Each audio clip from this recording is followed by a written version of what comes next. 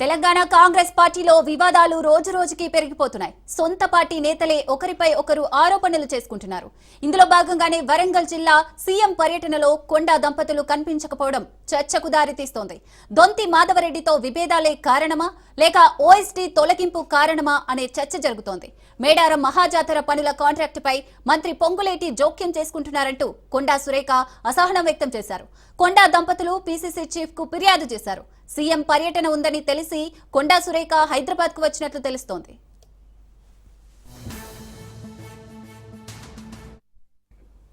Right, ఇక దీనికి సంబంధించి మరిన్ని డీటెయిల్స్ చంద్రశేఖర్ అందిస్తారు. చంద్రశేఖర్.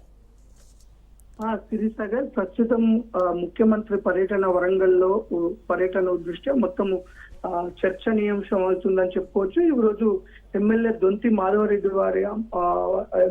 మాధవరెడ్డి అమ్మకు సంబంధించి తను ముఖ్యమంత్రి వచ్చి కుటుంబ సభ్యులను పరామర్శించనున్న నేపథ్యంలో ఇటు ఉమ్మడి వరంగల్ జిల్లాకు సంబంధించిన కాంగ్రెస్ పార్టీ మంత్రులు, ఎమ్మెల్యేలు అందరూ కూడా ఈ కార్యక్రమంలో పాల్గొన్నారు. కానీ ఇక్కడ కొండ దంపతులు మాత్రం ఈ కార్యక్రమానికి దూరంగా ఉండటంతో మొత్తం జిల్లా వ్యాప్తంగా కూడా కొంత చర్చనీయాంశమైందని చెప్పుకోవచ్చు. ఎందుకంటే ఒక విధంగా చూసుకుంటే సుదీర్ఘ కాలంగా దొంతి మాధవరెడ్డికి కొండ దంపతులకి రాజకీయంగా విభేదాలు ఉన్నాయి. ఆ నేపథ్యంలో ఇటు దొంతి మాధవరెడ్డి నుంచి ఎలాంటి ఇన్విటేషన్ రాలేదు అని ఇటు కొండ అనుచరులు చెప్తున్నారు. ఇంకో పక్క మనం చూస్తున్నాము, ఇటు కొండ సురేఖ, ఇటు మంత్రి పొంగులేటి శ్రీనివాస్ రెడ్డి మధ్య ఏదైతే మేడారం అభివృద్ధి పనులకు సంబంధించి కాంట్రాక్టర్ల విషయంలో తన ప్రమేయం లేకుండానే పొంగులేటి శ్రీనివాస్ రెడ్డి తనకు నచ్చిన వారికి కాంట్రాక్టులు ఇస్తున్నాడని కొంత వారు పిసిసి అధ్యక్షుడికి కంప్లైంట్ చేయటం, ఈ నేపథ్యంలో మనం చూస్తున్నాము వరుస కథనాలలో కూడా మనం చూస్తున్నాం వారి మధ్య రోజు రోజుకు విభేదాలు పెరిగిపోతున్నాయి. దానికి తోడు నిన్న సాయంత్రము కొండా సురేఖకు సంబంధించిన ఓఎస్డీని తొలగించడం ఏదైతే ఉందో, ఇది అసలు ఏంటి? కొండా సురేఖ ఇట్లా కొద్దిగా కట్టడి చేయడానికి ఏమన్నా ప్రభుత్వ పెద్దలు ఏమన్నా ముందుకు వెళ్తున్నారా? పలు ఆరోపణలు చేస్తున్న నేపథ్యంలో ప్రభుత్వానికి కొంత డ్యామేజ్ అవుతుందని కొంత తనకు కట్టడి చేయాలని ఈ నిర్ణయం తీసుకుంటున్నారా? దానివల్ల తను ఏమన్నా కొంత తను ఇబ్బంది పడి తను కొంత అసహనాన్ని వ్యక్తం చేస్తున్నారో అర్థం కావట్లేదు. కానీ మొత్తానికైతే ఈ రోజు ముఖ్యమంత్రి పర్యటన మొత్తం కూడా చర్చనీయమైంది. ఈ రోజు ఇటు కొండా సురేఖ, పొంగులేటి శ్రీనివాస్ రెడ్డికి మధ్య ఉన్న విభేదాల దృష్టినే ప్రభుత్వం కొద్దిగా ఆమెను కట్టడి చేస్తుందని ఒక పక్క, లేదు ప్రభుత్వం తన అనుమతి లేకుండా ఓఎస్డీని తొలగించడంపై కొంత నిరసన వ్యక్తం చేయడానికే తను ఈ రోజు రాలేదని కొందరు చెప్తున్న పరిస్థితి. ఇంకొకరు వారి మధ్య ఉన్న విభేదాల కారణంగా వారికి ఎలాంటి ఇన్విటేషన్ రాకపోవడం వల్లనే వారి కార్యక్రమానికి దూరంగా ఉన్నారు. ప్రస్తుతం కొండ సురేఖ హైదరాబాద్ కే పరిమితమై ఉన్నారు. అసలు కాంగ్రెస్ పార్టీలో ఏం జరుగుతుంది మనం చూస్తున్నట్లయితే ఇటు సొంత పార్టీ వాళ్ళే సొంత పార్టీ మంత్రుల పైనే విమర్శలు చేయటం, మొత్తం ప్రజల్లో కూడా కొంత పలచన అవుతున్న పరిస్థితి. కాంగ్రెస్ పార్టీకి ఇటు ప్రతిపక్షాలు చేయాల్సిన ఆరోపణలు కానీ ప్రతిపక్షాలు చేయాల్సిన విమర్శలు కూడా సొంత పార్టీ మంత్రులే వారి మంత్రుల పైన విమర్శలు. Right, thank you Chandrasekhar. BRS కు ఓటు అడిగే అర్హత లేదన్నారు మంత్రి శ్రీధర్ బాబు. 10 ఏళ్లు అధికారంలో ఉండి ఏమీ చేయలేకపోయారని, ప్రజలు బుద్ధి చెప్తే ప్రతిపక్షంలో కూర్చున్నారన్నారు. జూబ్లీహిల్స్ ఉప ఎన్నికల్లో కాంగ్రెస్ పార్టీ ఘన విజయం సాధిస్తుందన్నారు మంత్రి శ్రీధర్ బాబు. తాము అధికారంలోకి వచ్చి 2 ఏళ్లు కూడా కాలేదని, తాము ఇప్పటికే వివిధ రకాల సంక్షేమ కార్యక్రమాలు చేస్తున్నామన్నారు. మంత్రుల మధ్య ఎలాంటి గ్యాప్ లేదని, చిన్న కమ్యూనికేషన్ గ్యాప్ వల్ల మంత్రుల మధ్య విభేదాలనే ప్రచారం చేస్తున్నారంటూ మంత్రి శ్రీధర్ బాబుతో మా bureau chief Rajireddy face to face. Jubilee Hills ఉప ఎన్నికల్లో కాంగ్రెస్ విజయ అవకాశాలు ఏ విధంగా ఉండబోతున్నాయో మనతో మాట్లాడడానికి మంత్రి దుద్దిల్ల శ్రీధర్ బాబు ఉన్నారు. వారిని అడిగి మరింత సమాచారం తెలుసుకునే ప్రయత్నం చేద్దాం. అసలు జూబ్లీహిల్స్ లో ఓటు అడిగే నైతిక అర్హత కాంగ్రెస్ లేదని బీఆర్ఎస్ అంటుంది. అసలు 10 సంవత్సరాలు ప్రభుత్వంలో ఉండి స్థానికంగా ఏ పని చేయలేని పరిస్థితిలో వారు ఈరోజు అనుకోని పరిస్థితుల వల్ల వారు ఎన్నిక ఫేస్ చేస్తా ఉన్నారు. సరే, ఎన్నిక ఫేస్ చేస్తున్న ప్రజాస్వామ్యంలో ప్రతి పార్టీ క్యాండిడేట్ని నిలబెడుతున్నప్పుడు ఈరోజు వారి పార్టీ ఓడిపోతుందనే ఒక భయంతో అనేక అభియోగాలు చేస్తూ ఉన్నారు. మేము వచ్చి 2 సంవత్సరాలే అవుతా ఉంది. ఇంకా డిసెంబర్ వస్తే 2 సంవత్సరాలు. 2 సంవత్సరాల్లోనే మొత్తం ఉన్న సమస్యలన్నీ సమస్య సృష్టించి 10 సంవత్సరాల కాలం పాటు కాలం గడిపింది. సమస్యలను పరిష్కారం కావడం లేదనేది ఈరోజు ప్రజలందరూ చూస్తున్నారు. ఉదాహరణకి ఆర్థిక వనరులు ఏ విధమైన సంక్షోభం క్రియేట్ చేసి దాని తదుపరి మా ప్రభుత్వం ఒక పరంగా ముఖ్యమంత్రి గారు, డిప్యూటీ సీఎం గారు దాని గాడిలో పెట్టే ప్రయత్నం చేస్తూ ఉన్నారు. అదేవిధంగా మున్సిపల్ పరిధిలో ఉన్న అనేక అంశాలు, అనేక సమస్యలు వారు తీసుకొచ్చిందే. దాన్ని పరిష్కారం చేయడానికి ప్రయత్నం చేస్తూ ఉన్నాం. ఈరోజు స్థానికంగా లేకుంటే పేదవారికి సంబంధించి ఒక చిన్న ఉదాహరణ చెప్తా. జూబ్లీహిల్స్లో ఉంటున్న పేద వర్గాలకు ఎప్పుడైనా కరెంటు ఛార్జీలు పెంచింది కానీ దానిపైన వారు పడతా ఉన్న ఇబ్బందులు గమనించలేదు. మేమేం చేసినాము, రాగానే 200 యూనిట్లు ఫ్రీ కరెంట్ ఇచ్చినాం. చాలా ఫ్రీ కరెంటు పొందుతా ఉన్న అనేక మంది మా సోదరులు సోదరిమణులందరూ కూడా అరే కాంగ్రెస్ పార్టీ చేసింది ఇంకా చేస్తుంది అనే నమ్మకంతో వారు మాకు ఓటేస్తారు అని పూర్తి స్థాయిలో నమ్మకం ఉంది. అంటే 6 గ్యారెంటీలు ఇచ్చారు, 6 గ్యారెంటీలు అమలు చేయట్లేదు అనేది కూడా బాకీ కార్డులు కూడా వంచుతా ఉన్నారు ఇంటింటికి. ఈరోజు 10 సంవత్సరాలు 2 ఎన్నికల్లో వారు అనేక హామీలు ఇచ్చారు. మేము 6 గ్యారెంటీలను వారు 100 హామీలు ఇచ్చారు. 100 హామీలో కనీసం 2 ఫిల్ చేయలేదు, పూరించలేదు 10 సంవత్సరాల్లో. మేము 2 సంవత్సరాల్లోనే ఆర్థిక పరిస్థితులు మెరుగ్గా లేకున్నా వారు చేసిన తప్పిదాల వల్ల వీలున్నంత వరకు ఈరోజు మేము అన్ని తీరులా మేము ప్రజలను ఇచ్చిన మాటపై నిలబెట్టడానికి ప్రయత్నం చేస్తా ఉన్నాం. ప్రజలకు ముందరే కనబడతా ఉంది. ఈరోజు జూబ్లీ హిల్స్కి సంబంధించే మా మహిళా సోదరులను అడగండి, అక్కడ వారు ఎవరైనా బస్సు ఎక్కి ఈ 2 సంవత్సరాల కాలంలో పోతే బస్సు టికెట్ తీసుకున్నారా? వారైతే మాకు కూడా వేస్తారు కదా, నమ్మకం ఉంటుంది కదా. ఇలాంటి ఇంద్రమ్మ ఇల్లు వస్తున్నాయి, ఎవరు వచ్చినా మీరు ఇంద్రమ్మ ఇల్లు ఇస్తున్నారు మాకు కూడా కావాలని కోరుతా ఉన్నారు. సో ఒక హోప్ కాంగ్రెస్ పార్టీ చేస్తుందని ఒక హోప్ ఉంది. మళ్ళీ మేము ఆశీర్వాదం తీసుకొని గెలిచే కార్యక్రమం చేస్తాం. దేశమంతా ఓట్ చోరీ పైన రాహుల్ గాంధీ ఉద్యమం చేస్తూ ఉంటే ఇక్కడనేమో కాంగ్రెసే ఓట్ చోరీ చేస్తుంది. అసలు 30,000 ఓట్లు అదనంగా ఎట్లొచ్చాయి, మ్యాచ్ ఫిక్సింగ్ అయిందంటున్నారు. ఈరోజు అక్కడ మా బూత్ ఉంది చూడండి, ఓట్ చోరీ సంబంధించి join hour fight in defending democracy, అంటే ప్రజాస్వామ్యాన్ని కాపాడాలి, ఓటు అనేది ప్రధానమైన ఆయుధం అని రాహుల్ గాంధీ గారు చెప్తా ఉన్నారు. దాన్నే క్షేత్రస్థాయిలో తీసుకెళ్లి ఇక్కడ ఉన్న పిసిసి అధ్యక్షుల వారు, ముఖ్యమంత్రి గారు క్షేత్రస్థాయిలో గ్రామీణ ప్రాంతంలో కూడా ప్రతి ఒక్కరికి ఓటు విలువ గురించి, ఓటు చోరీ జరుగుతూ ఉంది, అప్రమత్తంగా ఉండాలి అని చెప్పే రీతిలో మేము ఒక ప్రయత్నం చేస్తా ఉన్నాం. ఓటు చేయాల్సిన అవసరం మాకు లేదు. ఇదికేమో మీరు ఓటు చోరీ చేయని అవసరం లేదంటున్నారు. కేటీఆర్ ఏమో బల్లగుద్ది చెప్తున్నాడు, ఈసీ ఉన్ను కాంగ్రెస్ మ్యాచ్ ఫిక్సింగ్ అయింది, ఖచ్చితంగా ఓటు చోరీ జరిగింది, హైకోర్టుకి వెళ్తామంటున్నారు. ఈసారి వారు ఓడిపోతారనే భయంతో వారు మాట్లాడుతున్నారు, మా పైన అభియోగం వేస్తూ ఉన్నారు.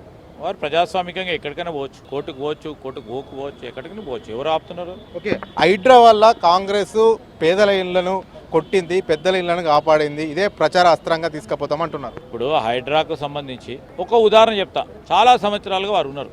ఎప్పుడైనా బతుకమ్మ కుంట గురించి సంబంధించి ఆ స్థానికంగా చుట్టుప్రక్కల ప్రాంతాల నుంచి బతుకమ్మ కుంటను పునర్నిర్మాణం చేయాలి, ఎంక్రోజ్ అవుతుంది, ఇష్టరాజ్యంగా అడ్డగోలుగా దాని బతుకమ్మ కుంటను మరి ఎంక్రోజ్ చేస్తూ ఉన్నారు. ఎన్నిసార్లు చెప్పిన చేయలేదు. ఈరోజు హైడ్రా అనే వ్యవస్థ ద్వారా దానికి ఒక కొత్త రూపం తీసుకొచ్చి నీటి నిల్వతో పాటు అక్కడ సుందరంగా ఆ ప్రాంతానికి సంబంధించిన ప్రధానమైన వనరు దాన్ని ముందుకు తీసుకెళ్లే కార్యాచరణ తీసుకున్నాం. ప్రత్యక్షంగా మొత్తం యావత్ రాష్ట్రానికి కనబడ్డది, ప్రజలకు కూడా కనబడ్డది. ఇది హైడ్రాకు సంబంధించి ఆనాడు మీ సోషల్ మీడియా ద్వారా చేసిన ప్రచారం, దాన్ని ఉపయోగించుకోవాలని ప్రయత్నం చేస్తా ఉన్నాం. పేదవారికి సంబంధించి ఎవరికైతే అక్కడ గుడిసెల్లో ఉంటుండు, మూసి పరిహారిక ప్రాంతంలో గుడిసెల్లో ఉంటూ వరదలు వచ్చినప్పుడు భయభ్రాంతులతో ఇబ్బంది పడే వారి కన్సెంట్ ద్వారా ఈరోజు వారిని డబుల్ బెడ్రూమ్ ఇప్పించి వారికి ఉపాధి కల్పించే కార్యక్రమం. కన్సెంట్ లేని వారు రాలేదు, కన్సెంట్ ఉన్న వారికే కల్పించే కార్యక్రమం చేసినాం తప్ప ఎవరిని బలవంతంగా చేయలేదు. ఈ రోజు ప్రధాన అస్త్రంగా ప్రచారంలో ఐటీని కానీ హైదరాబాద్ని కానీ మేమే డెవలప్ చేశాము, అసలు కాంగ్రెస్ ఏం చేయలేదు అంటున్నారు. ఓ పక్కన ఇంకానే చెప్తాడు మేమే హైదరాబాద్ తీసుకొచ్చినాం అని. అదే అలవాట్లో, ఎందుకంటే వారి శిష్యులే వీళ్ళు కనుక వారు కూడా చెప్తున్నారు. ఐటీ సంబంధించిన వ్యవస్థ ఎప్పుడు మొదలైందండి? 92లో సాఫ్ట్వేర్ టెక్నాలజీ పార్క్ని శంకుస్థాపన చేసింది కాంగ్రెస్ పార్టీ ప్రభుత్వ హయాంలో. ఆనాడు రాజీవ్ గాంధీ గారు ఆలోచన చేస్తే పివి నరసింహారావు గారి హయాంలో ఇక్కడ ఉన్న ఎన్ జనార్దన్ రెడ్డి ముఖ్యమంత్రిగా శంకుస్థాపన చేస్తే దినదినాభివృద్ధి చెంది ఈరోజు ఐటీ కేంద్రంగా నిలబడ్డది. ఇక మేమే 10 సంవత్సరాలుగా ఈ ప్రపంచంలో ప్రపంచాన్ని సృష్టించినాం. ఈ రోజు ఇంజనీరింగ్ కాలేజ్ మేమే తీసుకొచ్చినాం, ఈ రోజు ఐటీ మేమే తీసుకొచ్చినాం అని చెప్తే నమ్మేటోడు ఎవడన్నా ఉన్నాడా? ప్రపంచవ్యాప్తంగా జరుగుతూ ఉన్న ఐటీ రంగానికి సంబంధించిన వ్యవస్థ పెద్ద ఎత్తున ముందుకు పోతా ఉంటే దాంట్లో కూడా భాగస్వాములం కావాలని ఇన్ని ప్రభుత్వాలు ముందుకు తీసుకెళ్లినాయి. బాధ్యతగా ఈరోజు మేము ఇంకా దాన్ని రెట్టింపు కార్యక్రమం చేస్తాం. కాంగ్రెస్ మంత్రుల మధ్య ఎలాంటి గ్యాప్ లేదు, అందరూ ఐక్యంగా ఉన్నాము. కొంచెం సోషల్ మీడియాలో జరిగినటువంటి దుష్ప్రచారం తప్ప ఎక్కడ కూడా గ్యాప్ లేదు. ఖచ్చితంగా జూబ్లీ హిల్స్ బైపోల్లో భారీ మెజార్టీతో గెలుస్తామని మంత్రి శ్రీధర్ బాబు చెప్తా ఉన్నారు. కెమెరామెన్ భిక్షపతితో రాజ్రెడ్డి, రాజ్ న్యూస్.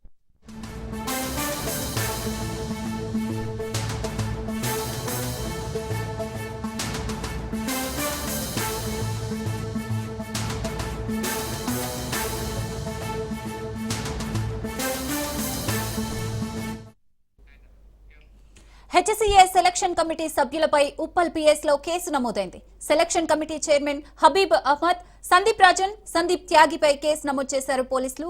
ప్లేయర్ల నుండి సెలక్షన్ కమిటీ సభ్యులు డబ్బుల డిమాండ్ చేసినట్లు ఆరోపణలున్నాయి. ఇద్దరు ప్లేయర్స్ పేరెంట్స్ ఉప్పల్ పిఎస్ లో ఫిర్యాదు చేశారు. అండర్ 19, అండర్ 23 లీగ్లలో ఆడించాలంటే డబ్బులు ఇవ్వాలని డిమాండ్ చేసినట్లు తెలుస్తోంది. డబ్బులు ఇవ్వనందుకు ఇచ్చినప్పటి నుంచి ప్రదర్శన చేసిన ప్లేయర్లను సెలక్షన్ కమిటీ ఆడనివ్వడం లేదని సమాచారం. సెలక్షన్ కమిటీపై చర్యలు తీసుకోవాలని కోరారు ప్లేయర్స్ పేరెంట్స్.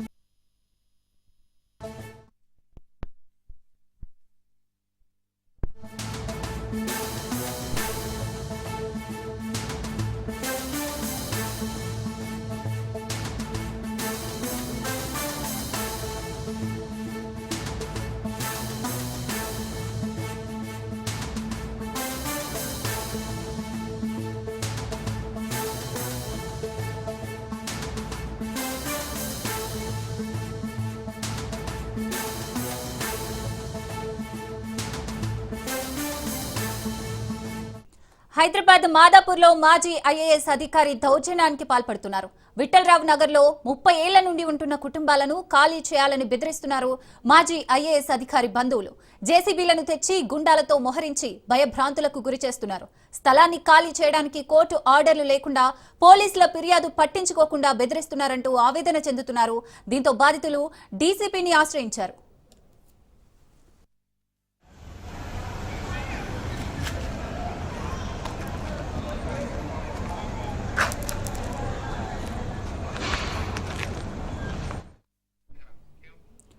రైట్, మాజీ ఐఏఎస్ బెదిరింపులకు పాల్పడుతున్నారని ఆరోపణలు అయితే వస్తున్నాయి. దీనికి సంబంధించి మరిన్ని డీటెయిల్స్ రత్నకుమార్ అందిస్తారు. రత్నకుమార్,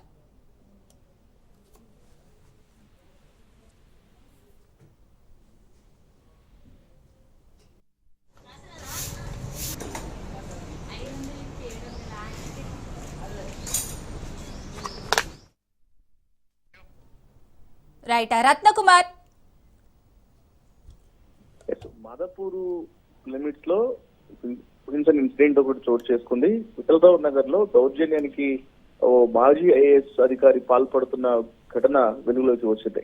30 సంవత్సరాల నుంచి విఠలరావు నగర్ లో ఉంటున్న ఆ కుటుంబ సభ్యులను కాదని వాళ్ళ దగ్గరకు వచ్చి ఒక్కసారిగా వచ్చి వాళ్ళను ఖాళీ చేయాలని బెదిరిస్తూ ఉన్నారు మాజీ ఐఏఎస్ అధికారి రామ్ గోపాల్. గత కొంతకాలం నుంచి అతని బెదిరింపులు అనేవి చాలా ఎక్కువ అవుతూ ఉన్నాయి. కేవలం వాళ్ళని బెదిరించడం మాత్రమే కాకుండా జేసీబీ యంత్రాలను తీసుకుని వచ్చి కొంతమంది గూండాలను మోహరించి కుటుంబ సభ్యులందరినీ కూడా అక్కడ 30 సంవత్సరాల నుంచి నివాసం ఉంటున్నటువంటి కుటుంబ సభ్యులందరినీ భయభ్రాంతులకు గురి చేస్తున్నట్లు తెలుస్తోంది. స్థలాన్ని ఖాళీ చేయడానికి కోర్టు ఆర్డర్లు లేకుండా పోలీసుల ఫిర్యాదు పట్టించుకోకుండా దౌర్జన్యం చేస్తున్నారని స్థలంలో నిర్వాసితులు ఆవేదన వ్యక్తం చేస్తున్నారు. మాజీ ఐఏఎస్ అధికారి కావడంతో తనను ఎవరు ఏమీ అనలేరు, తను ఎవరినైనా మేనేజ్ చేయగలను, అధికారులందరూ కూడా నాకు తెలిసిన వ్యక్తులే అంటూ కూడా తను వాళ్ళందరినీ కూడా ఇబ్బందులకు గురి చేసినటువంటి ఘటన వెలుగులోకి వచ్చింది.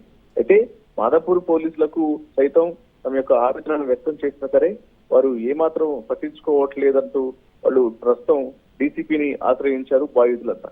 మాదాపూర్ లో చోటు చేసుకున్నటువంటి యొక్క మాజీ ఐఏఎస్ అధికారి దౌర్జన్య ఘటన అనేది ఇప్పుడు వైరల్ గా మారినటువంటి పరిస్థితి కనిపిస్తోంది. Right, thank you Ratnakumar.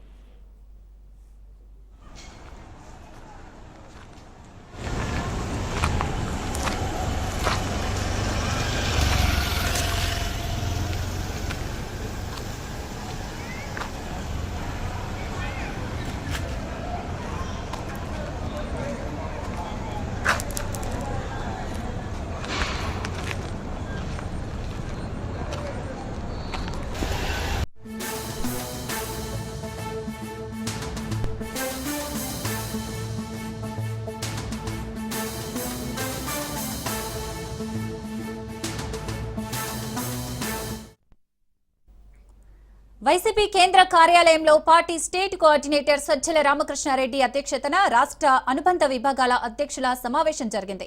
వైసీపీకి 18 నుంచి 20 లక్షల మంది క్రియాశీల క్షేత్రస్థాయి నాయకత్వం ఉందని, పార్టీ సంస్థాగత నిర్మాణంపై జగన్ ఆలోచనలు బ్లూ ప్రింట్ను మనం అమలు చేయాలన్నారు.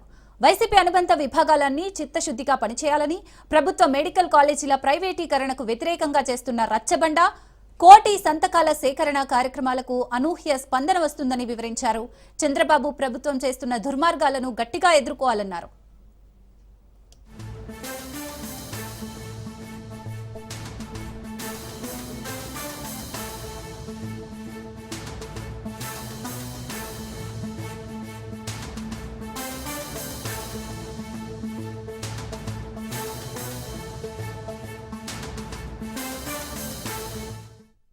సంస్థాగత నిర్మాణానికి సంబంధించి ఒక స్పష్టమైన బ్లూ ప్రింట్ ఏదైతే తయారైందో దాన్ని ఏ రకంగా ఇంప్లిమెంట్ చేయాలి, ఈ మెడికల్ కాలేజీల ప్రైవేటీకరణ అంశం తెర మీదకి రావడం, ఇది రాష్ట్రం మొత్తానికి సంబంధించిన అన్ని వర్గాల ప్రజలకు, ప్రధానంగా పేదలు మధ్యతరగతి వర్గాలైన రాష్ట్రం అభివృద్ధిలో కానీ వైద్య రంగంలో రాష్ట్రం ఆంధ్రప్రదేశ్ దేశంలోనే నెంబర్ 1 స్థాయికి చేరుకోవడానికి జగన్మోహన్ రెడ్డి గారు వేసిన బలమైన పునాది ఏది వేసి ముందుకు వేస్తున్న అడుగులు ఒక్కసారిగా రివర్స్ గేర్లోకి తిప్పి యూటర్న్ తీసుకొని వెనక్కు తీసుకెళ్లే దిశగా చంద్రబాబు నాయుడు అడుగులు వేయడం అనేది ఈ దుర్మార్గాన్ని ఆపడంలో అందరూ పార్టిసిపేట్ కూడా చేయాలి అనే ఆలోచనతో మనం ఈ రచ్చబండ కార్యక్రమం అని, అలాగే కోటి సంతకాల సేకరణ అని ఈ 2 కార్యక్రమాలు చేపట్టాం. అనుబంధ విభాగాల సమూహం అంతా కలిస్తేనే పొలిటికల్ పార్టీ అవుతుంది. యాక్టివిటీస్ అన్నీ కూడా అనుబంధ విభాగాలే ప్రధానంగా చేయాలి. అధ్యక్షుడు కూడా దీని మీద ఎక్కువ సంస్థాగత నిర్మాణంలో ప్రధానమైన ఇది అనుబంధ విభాగాలు. దేశంలో బడుగు బలహీన వర్గాలు దశాబ్దాలుగా అన్యాయానికి గురవుతున్నాయని, ఇలాంటి తరుణంలో న్యాయస్థానాలు కూడా భిన్నంగా వ్యవహరించే తీరు బాధాకరమన్నారు జాతీయ బీసీ దళ్ అధ్యక్షుడు దుడ్ర కుమారస్వామి. సామాజిక న్యాయం అనేది కేవలం నినాదం కాదని, అది భారత రాజ్యాంగం తెలిపిన హక్కు అని స్పష్టం చేశారు. కాచిగూడలోని ప్రైవేటు హోటల్లో యువత, కుల సంఘ నేతలు, బీసీ సంఘ నేతలు, న్యాయవాదులతో కూడిన సమావేశం ఏర్పాటు చేశారు. స్థానిక సంస్థల్లో బీసీలకు 42% రిజర్వేషన్లు కల్పిస్తూ తెలంగాణ ప్రభుత్వం జారీ చేసిన జీవో నెంబర్ 9పై న్యాయస్థానంలో విచారణ జరుగుతున్న నేపథ్యంలో బీసీల ఆత్మ గౌరవం కోసం, మానవ హక్కుల కోసం ఇక మౌనం సరికాదన్నారు. ముఖ్యంగా బీసీ హక్కుల కోసం, రిజర్వేషన్ల కోసం, సామాజిక న్యాయం కోసం, సమానత్వం కోసం ఈరోజు పోరాటం జరుగుతూ ఉంది. తెలంగాణ పోరాటాల గడ్డ, తెలంగాణ గడ్డల ఈరోజు సమరభేరి మోగింది అనేది అక్షర సత్యం అని తెలియజేస్తున్నాను. సామాజిక న్యాయం అనేది కేవలం నినాదం కాదు, అది రాజ్యాంగం కల్పించిన హక్కు అని సందర్భంగా తెలియజేస్తా ఉన్నాను. ఈరోజు దేశంలో 78 సంవత్సరాలు దాటిన బీసీలు ఆర్థికంగా, సామాజికంగా, రాజకీయంగా అణచివేతకు గురవరు అనేది అక్షర సత్యం. సర్వ సంపదలు సృష్టించేది బీసీలు, కానీ ఆ బీసీలు నేడు అణచివేతకు గురవుతున్నది చాలా బాధాకరమని తెలియజేస్తా ఉన్నాను. ఈరోజు ముఖ్యంగా బీసీ రిజర్వేషన్ల సాధన సమన్వయ జేఏసీగా ఈరోజు నిర్మాణం చేయబడుతుందని తెలియజేస్తున్నాను. దీనిలో ముఖ్యంగా యువతకు కీలక పాత్ర పోషిస్తాము. న్యాయవాదులు, డాక్టర్లు, కుల సంఘాలు, ఎంబీసీలు, సంచార జాతులు, అర్ధ సంచార జాతులు, ఆటో డ్రైవర్ల నుంచి కార్పొరేట్ లో ఉన్న వరకు ప్రతి ఒక్కరు కూడా దీంట్లో భాగస్వామ్యం చేసుకుంటాము. అందరినీ కలుపుకపోతాము, అన్ని కుల సంఘాలను కలుపుకోతామని తెలియజేస్తా ఉన్నాను. ఎన్ని జేఏసీలు ఉన్నా కూడా మేమందరము సమన్వయం చేసుకొని ముందుకు పోతామని తెలియజేస్తున్నాను. ఈ రోజు ఎన్నో పోరాటాలు జరిగిన తెలంగాణ సాధించుకునేది ఒక పోరాటం, దాన్ని ఆదర్శంగా తీసుకొని మేము ముందుకు పోతామని సందర్భంగా నేను తెలియజేస్తా ఉన్నాను. అంతే కాకుండా ఈరోజు ముఖ్యంగా ఒక జేఏసీ వారు కృష్ణయ్య గారి ఆధ్వర్యంలో జేఏసీగా 18 రాష్ట్ర బంద్కు పిలుపునిచ్చిన విషయం మనందరికీ తెలిసిందే. ఈ సందర్భంగా బీసీ రిజర్వేషన్ల సాధన సమన్వయ జేఏసీ కూడా మద్దతు పలుకుతుందని ఈ సందర్భంగా తెలియజేస్తున్నాను. గల్లీ నుంచి ఢిల్లీ దాకా పాంటేలా మనోడే, కార్మికుడు మనోడే, ఆటో డ్రైవర్ మనోడే, బస్సు డ్రైవర్ మనోడే, అందరూ మనోళ్లే. ఈ రోజు మనందరం కలిసి కట్టుగా ఉద్యమాన్ని ముందుకు తీసుకెళ్లాలని, మన హక్కుల కోసం, రిజర్వేషన్ల కోసం పోరాటం చేయాల్సిన సందర్భం అని తెలియజేస్తున్నాను. అంబేద్కర్ కోనసీమ జిల్లాలో దారుణం చోటు చేసుకుంది. ఇద్దరు పిల్లలను హత్య చేసి తాను ఉరివేసుకుని ఆత్మహత్యకు పాల్పడిన ఘటన స్థానికంగా కలకలం రేపింది. ఈ విషాద ఘటన ఆలుమూరు మండలం చిలకలపాడు గ్రామంలో చోటు చేసుకుంది. స్థానికంగా సెలూన్ షాప్ నిర్వహిస్తున్న పావులూరి కామరాజు అలియాస్ చంటి కుమారులు అభిరామ్, గౌతమ్ విగత జీవులుగా పడి ఉన్నారు. స్థానికుల సమాచారంతో ఎస్ఐ నరేష్ ఘటనా స్థలానికి చేరుకుని పరిశీలించారు. 5 ఏళ్ల క్రితం భార్య నాగదేవి ఆత్మహత్య చేసుకోగా పిల్లలతో ఉంటున్న చంటి మానసిక ఆవేదనకు గురై ఆత్మహత్యకు పాల్పడినట్లు పోలీసులు భావిస్తున్నారు. ఘటనపై కేసు నమోదు చేసి దర్యాప్తు చేపట్టారు పోలీసులు.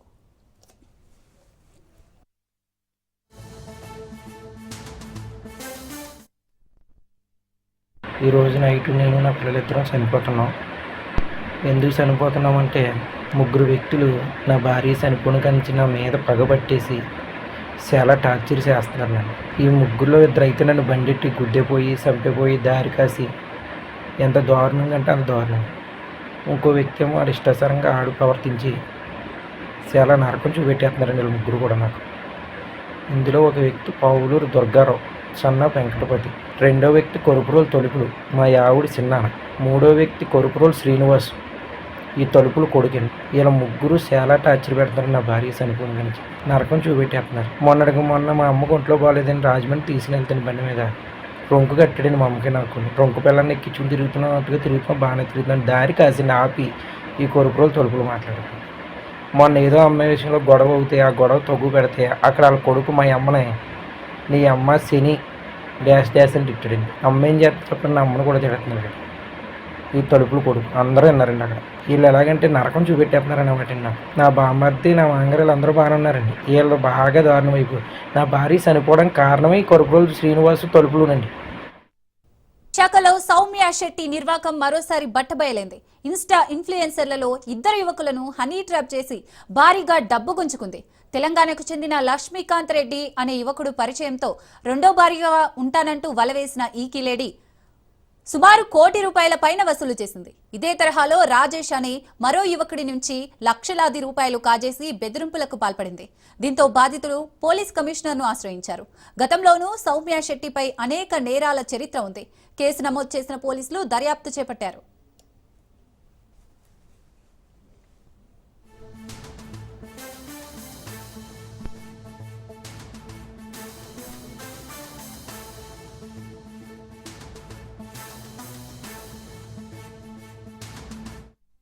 సికింద్రాబాద్ రైల్వే స్టేషన్లో గంజాయి చాక్లెట్ల కలకలం రేపాయి. రైల్వే స్టేషన్లోని 10వ ప్లాట్ఫామ్పై గంజాయి చాక్లెట్లను అధికారులు స్వాధీనం చేసుకున్నారు. ఎన్టీఎఫ్టీ బృందం, ఎక్సైజ్ పోలీసులు సంయుక్తంగా నిర్వహించిన తనిఖీలో 1600 కిలోల గంజాయి చాక్లెట్లను స్వాధీనం చేసుకున్నారు అధికారులు.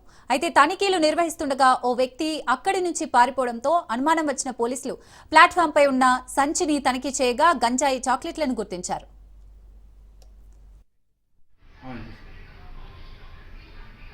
కాంగ్రెస్ కి బీసీ కార్డు, జూబ్లీహిల్స్ ఉప ఎన్నికల్లో పని చేయవన్నారు బీజేపీ అభ్యర్థి లంకల దిలీప్ రెడ్డి. ప్రధాని మోడీ అభివృద్ధి, సంక్షేమం, కేంద్ర మంత్రి కిషన్ రెడ్డి చేసిన అభివృద్ధి గెలిపిస్తుందని నమ్ముతున్నానని తెలిపారు. గత ఎన్నికల్లో ఓటమి పాలైన నియోజకవర్గాన్ని అంటిపెట్టుకుని ఉన్నానని, ఎవరో అధికారంలో ఉంటే వారికి ఎంఐఎం మద్దతిస్తుందని తెలిపారు. ఒకసారి అవకాశం ఇస్తే అభివృద్ధి చేసి చూపిస్తానంటున్న అభ్యర్థి లంకల దీపక్ రెడ్డితో మా ప్రతినిధి రాజు ఫేస్ టు ఫేస్.